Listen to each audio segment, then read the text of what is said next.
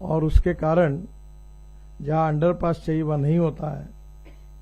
आपको नागपुर का उदाहरण अगर याद होगा तो ये अजनी चौक जो है इसके ऊपर करीब 94 लोग मरे हैं।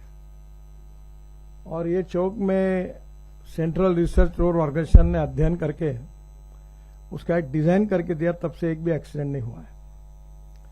ऐसे नागपुर में भी एक ब्लैक स्पॉट्स है और ये ब्लैक स्पॉट आइडेंटिफाई हुए हैं। बीच में जो हमारे जिले के एसपी हर्ष पोद्दार और पुलिस कमिश्नर ऑफिस नागपुर के सिंगल, इन्होंने सेव लाइफ फाउंडेशन की मदद से ये स्पॉट्स आइडेंटिफाई किए हैं। और आइडेंटिफाई करने के बाद उन्होंने एजेंसियों को बताया भी गया है कि आप इसको रेक्टिफाई करो। हमारे सांसद जो खासदार होता है उसकी अध्यक्षता में एक अपघात निवारण समिति भी है। और इसलिए रोड इंजीनियरिंग में जो प्रॉब्लम्स है उसको आइडेंटिफाई करके उस एजेंसी को निश्चित रूप से मुझे लगता है कि ऐसे ब्लैक स्पॉट को आइडेंटिफाई करके उनके ऊपर पब्लिक प्रेशर लाने में मीडिया बहुत अच्छा काम कर सकती है। और इसलिए एनएचआई को भी मत छोड़ो जो लोग हैं उनको एक्सपोज करो कि यहाँ इतना एक्सीडेंट हुआ, कुछ किया नहीं है। दूसरी इंपॉर्टेंट ऑटोमोबाइल इंजीनियरिंग की बात है। मैं इसके अभी मंत्री मैं हूँ। हमने रोड सेफ्टी के हिसाब से अभी जो विशेष रूप से स्टैंडर्ड्स तय किए हैं और उसके बाद रेटिंग सिस्टम तैयार की है भारत एनकैप। अब उसमें कंपटीशन इतनी हो गई है कि इकोनॉमिक मॉडल में भी 6 एयरबैग्स लगी है, कुछ व्हीकल में 8 एयरबैग्स लगी है। उसके कारण जान बच सकती है।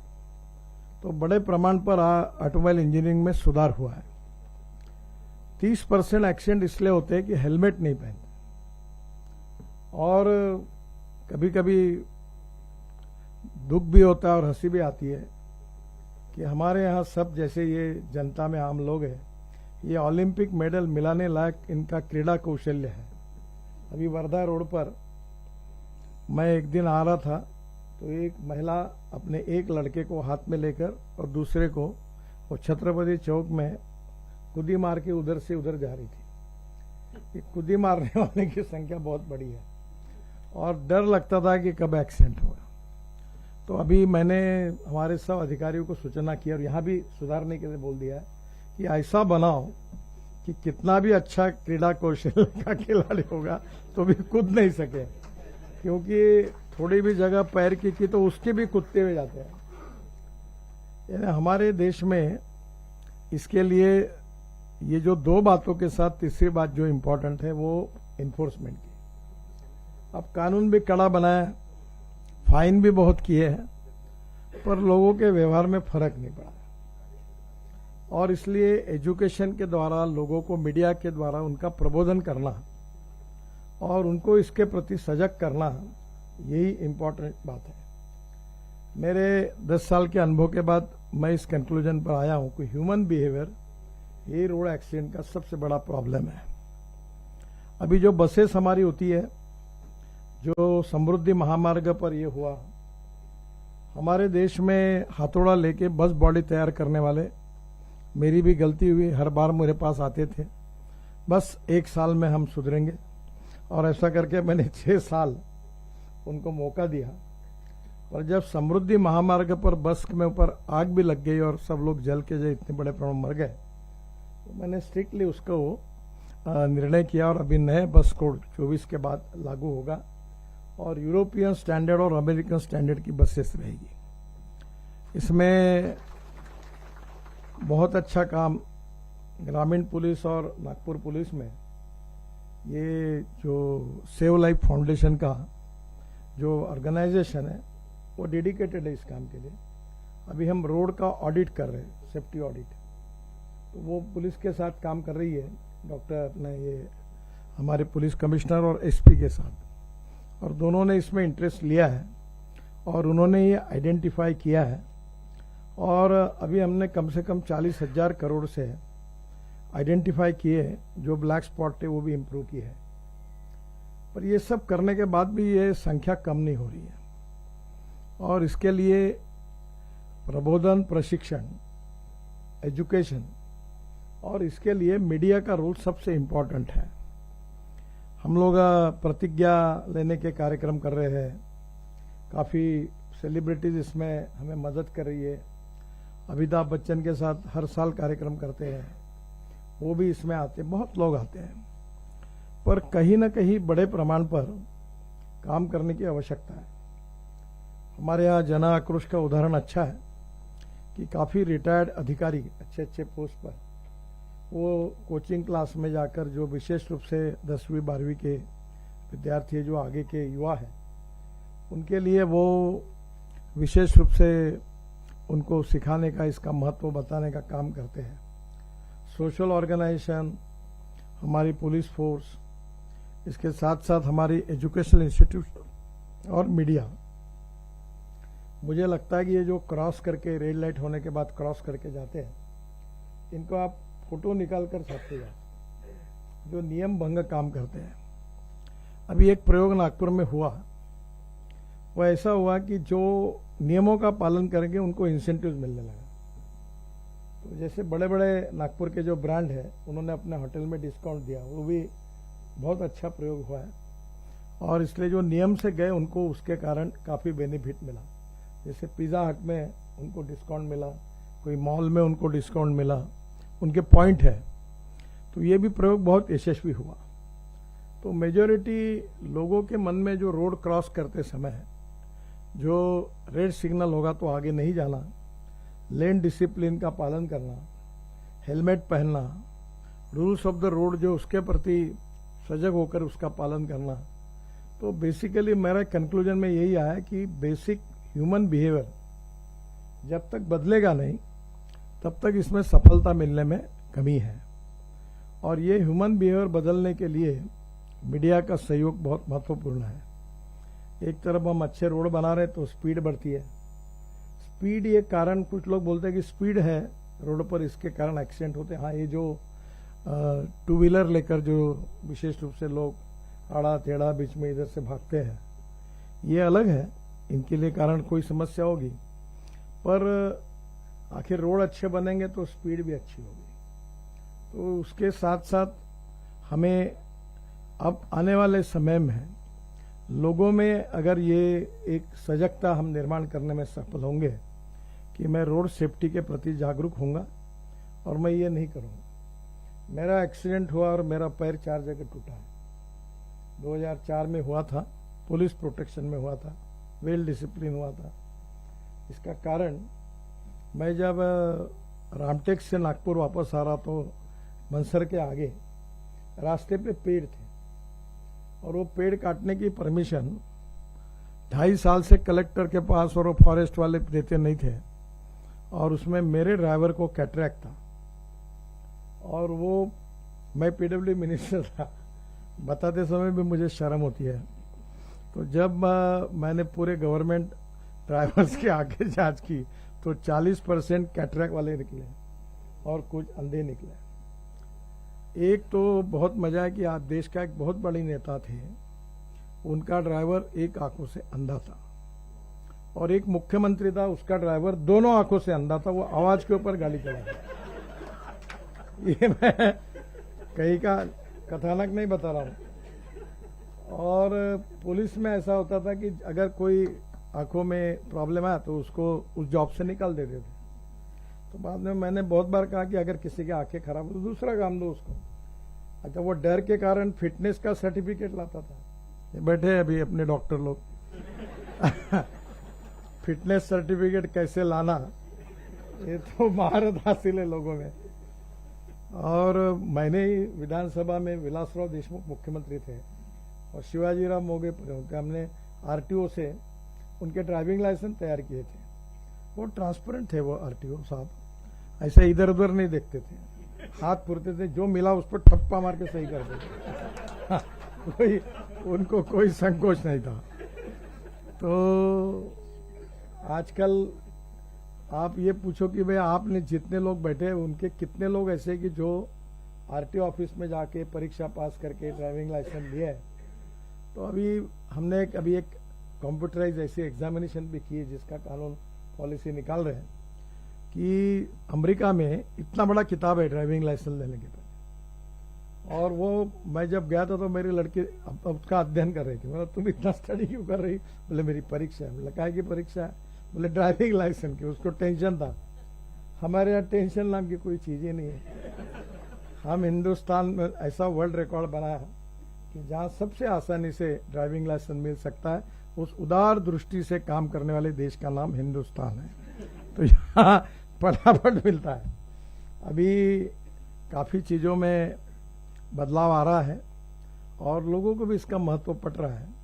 तो ये कहीं ना कहीं छोटे छोटे जो नियम है कि रेड लाइट होगा तो मैं आगे नहीं जाऊंगा, हेलमेट पहनूंगा, लेन डिसिप्लिन का पालन करूंगा, तो ये बहुत सी बातें जो इसके बारे में लोगों ने अगर प्रतिज्ञा ली और उसका पालन किया तो होगा। हमारे भारतीय जब फॉरेन में जाते हैं, चॉकलेट खाते हैं, तो चॉकलेट का जो वेस्ट होता है वो अपने कागज अपने जेब में रखते हैं, और इधर देखती ही ऐसा। मैं एक बार पालक मंत्री था नागपुर का, शुक्रवार तालाब जो था वो बहुत अच्छा बना है।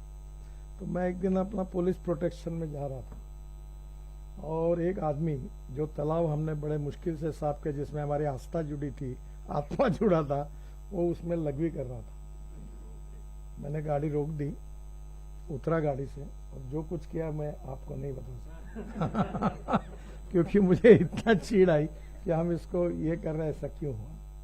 तो बहुत सी बातों में पब्लिक अवेयरनेस, पब्लिक बिहेवियर ये इम्पोर्टेंट है, और इसमें media, educational institution, social organisations, universities और एनजीओज ये जो कर रहे हैं, इसके कारण काफी परिणाम हो रहा है। और ये सब गलतियां जो होगी, जो मैन मेड मिस्टेक्स है, वो तो दूर करना हमारी जिम्मेदारी है, पर ये जो हमारी ह्यूमन एरर है बिहेवियर में, वो बाकी सुधारने में एजुकेशन इंस्टीट्यूशन और मीडिया ये उसको बदल सकती है। मुझे बहुत सी सेलिब्रिटीज मिले, बहुत से लोग मिले हैं, और जिनने कहा कि रोड सेफ्टी के लिए हम लोग काम करने के लिए तैयार हैं। हमारे देश में लड़ाई में जितने लोग नहीं मरते, कोविड में नहीं मरते, कोई किसी दंगे में नहीं मरते, सबसे ज्यादा लोग हिंदुस्तान में केवल रोड एक्सीडेंट में मरते हैं। और दुर्भाग्य से हम वर्ल्ड में पहले नंबर पर है। ये भी हमारे लिए बड़ा यानी अच्छा विषय नहीं है। और बहुत बार जब वर्ल्ड के कॉन्फ्रेंस में जाते हैं तो हमारे बारे में उल्लेख करके जब सब लोग बोलते हैं तो बड़ा बुरा लगता है। पर आपने इसमें ये बहुत बड़ा सोशल डिसीज है, और इसको बदलने का बारे में आप पॉजिटिव होकर ये जो अभियान चला रहे हैं, ये निश्चित रूप से परिणाम करेगा। क्योंकि लोगों तो इसकी जब जानकारी जाती है तो निश्चित रूप से इसका परिणाम होगा। जैसे रोड सेफ्टी है, वैसे पोल्यूशन की भी समस्या है। मुझे लगता है कि एयर पोल्यूशन ये भी उतना ही इम्पोर्टेंट है, जिसके गंभीर परिणाम आज भारत के अनेक भागों में लोग भुगत रहे हैं। हमारी हेल्थ सर्विसेज में काफी बड़ी गिरावट आ रही है, जिसका कारण एयर पोल्यूशन ये बड़ी समस्या है।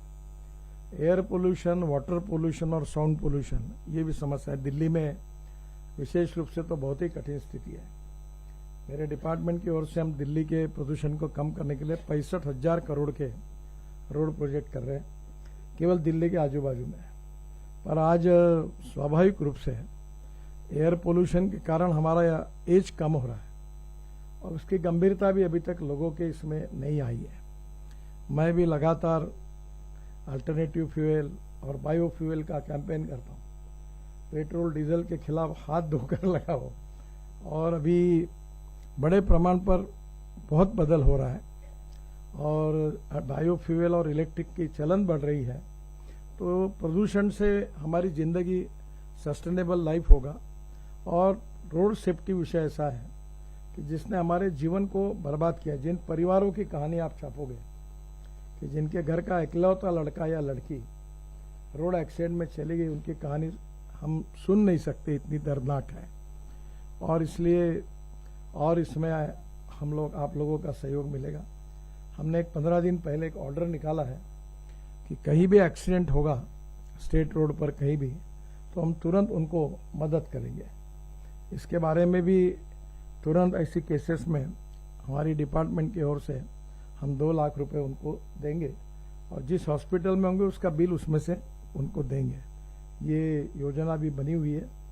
एक इम्पॉर्टेंट चीज़ है कि एक्सीडेंट होने के बाद जो लोग वहाँ पड़े हुए रहते हैं उनको लोग उठाते नहीं, मदद नहीं करते। सुप्रीम कोर्ट ने भी अब कानून में अब लोगों को तकलीफ नहीं देंगे, पुलिस वाले पूछेंगे नहीं, उसको बुलाते तो लोग किसी की मदद करने के मूड में नहीं थे, वो कानून भी सुधर गया है। और दूसरी बात, एक्सीडेंट होने के बाद अभी मैंने अभी 4 दिन पहले ही एक एम्बुलेंस का कोड भी तैयार किया है। और एम्बुलेंस में अभी ऐसा है कि जब गाड़ी गिर जाती है तो उसको कांच से तोड़कर बाहर आ सकते लोग। अभी वो कोड भी हमने बनाया ताकि कुछ इक्विपमेंट एम्बुलेंस में होंगे और उसका जो एम्बुलेंस चलाने में जो 2 असिस्टेंट है उनको कैसे बाहर निकालना बॉडी को, कभी कभी डेड बॉडी होती है उसको, इसका भी ट्रेनिंग उसमें है। बहुत से जगह पर अभी हेलीपोर्ट हमने बनाया है जो हमारे रोड से एमिनिटीज 670 है, और हेलीकॉप्टर से एम्बुलेंस से हॉस्पिटल पहुंचाना तो उनकी जान हम बचा सकते हैं। इससे रिलेटेड इम्पोर्टेंट सब्जेक्ट ये है कि हमारे ड्राइविंग लाइसेंस पर हम लिख सकते हैं ऑर्गन डोनेशन का। और आंखें है, बाकी भी हमारी शरीर के अनेक अंग हैं, ये दूसरे को जीवन दे सकते हैं। जिन लोगों का अभी मैंने डेथ हो गई तो कुछ ही समय के अंदर अगर उसके ऑर्गन्स हम निकालते हैं तो उसके कारण भी कुछ लोगों के लिए उनको एक नया लाइफ मिल सकता है। ओवरऑल ये कैंपेन बहुत ही इम्पोर्टेंट है और टाइम्स ऑफ इंडिया ने और पार्थो मित्रा जी ने इसको प्रायोरिटी दी। मेट्रो और हमारे सब लोग गवर्नमेंट एजेंसीज इसमें शामिल हुई है। और नागपुर के लिए ये जो नियम बाह्य क्रॉसिंग करते हैं, ये जो गलतियां है डिपार्टमेंट की, मेरा मंत्री होने के बाद आपसे अनुरोध है कि इनके इंजीनियर इंचार्ज के फोटो निकालकर ये कैसा चौक सड़ा हुआ है और इसके प्रमुख कौन है। मैं अनेक लोगों को, मैं IIT इंजीनियर हूँ, मैंने बोला तुमको समझता नहीं क्या डुप्लीकेट डिग्री लाई क्या तुमने कि यार लोग बार बार मर रहे हैं, तुम काम क्यों नहीं करते हैं। तो कहीं ना कहीं यंत्रणा में भी बहुत सी लैप्सेस हैं और पब्लिक इंटरेस्ट में उसके साथ कॉम्प्रोमाइज नहीं करना चाहिए, उसको बिल्कुल मीडिया ने एक्सपोज करना चाहिए और ऐसे लोगों को सामने लाना चाहिए जो रोड क्रॉस कर रहे हैं। आज वर्धा रोड पर बहुत है, आप एक कैमरा रखिए वहां और कैमरा उनको बोले जो खुद ही मार रहा है वहां से क्रॉसिंग में। अब हमारी भी गलती है। अब मैंने उनको कहा कि फुट ओवर ब्रिज बनाओ, तो मैंने हमारे अधिकारियों को पूछा कि अपने बनाए हुए फुट ओवर ब्रिज पर कभी लोग जा रहे हैं ऐसा तुमने तो भी देखा क्या कभी? बोले नहीं। बोला ऐसा बनाते क्यों? तो अभी हमने डिजाइन बदल दिया है कि वो पूरा स्लोप होगा, बाजू में लिफ्ट होगी और स्कूटर साइकिल भी जा सकेगी क्रॉसिंग करने। अभी मैंने रिंग रोड पर ये जो बन रहा है अभी छत्रपति चौक से आगे जो रिंग रोड दक्षिण नागपुर में, उसमें 2 ब्रिज बीच में लाके रख दिए और मैंने बोला दोनों तरफ से स्पीड से आएंगे और एक्सीडेंट होंगे। फिर मतलब ये टेंडर हो गया, काम शुरू हो गया, मैंने इसको काटू। अब दोनों को जोड़ दिया और 5 फुट ओवर ब्रिजेस ऐसे बनाए कि जहां लोग क्रॉस कर सकेंगे, स्कूटर साइकिल क्रॉस कर सकेगी, ताकि उनकी भी सुविधा देखनी पड़ेगी। और दिव्यांग और सीनियर सिटीजन के लिए हमने वहां लिफ्ट लगाने का भी तय किया है। तो मुझे लगता है कि लोगों की भी समस्या देखते हुए हमें कारपोरेशन, NIT, हमारे रोड ट्रांसपोर्ट के विभाग, PWD, NHI, ministry of road transport, सबको मिलकर एक मिलाजुला प्रयास करना पड़ेगा। कुछ लोग अच्छा काम कर रहे हैं, ये मोहिते बैठा है यहाँ, ये बहुत अच्छा काम कर रहा है। हमारा दूसरा जो है एक राजू वाक करके, तो शायद उसने भी बहुत अच्छा काम किया। इन्होंने 3-4 लोग ये मिशन के रूप में करने, अनेक लोगों की जान बचाई है इन्होंने। जहाँ भी होता है वहाँ दौड़ के जाते हैं। जन आक्रोश अच्छा काम कर रही है। तो हमारे समाज की और आपके प्रेरणा से ऐसे और लोग जो काम कर रहे हैं, उनको अगर आपने ठीक प्रकार से उनकी काम को प्रोजेक्ट किया तो उनका भी उत्साह बढ़ेगा। और ये संख्या अगर बढ़ेगी तो ये कठिन है पर असंभव नहीं है। निश्चित रूप से नागपुर को ऐसे एक शहर में हम तय करें कि ये एक्सीडेंट मुक्त शहर हो, तो मुझे लगता है कि आने वाले समय में निश्चित रूप से हम इसमें कामयाब होंगे और अनेक निरपराध लोगों का जीवन एक प्रकार से एक्सीडेंट में जो उनकी मौत होती है उसको बचाने का काम करेंगे। मैं आपको बहुत बहुत बधाई देता हूं और ये कैंपेन को मेरे तरफ से बहुत बहुत शुभकामनाएं देता हूं। बहुत बहुत धन्यवाद। नमस्कार। Thank you very much, sir. I just request for a group photo. I request the Union Minister to please grace us.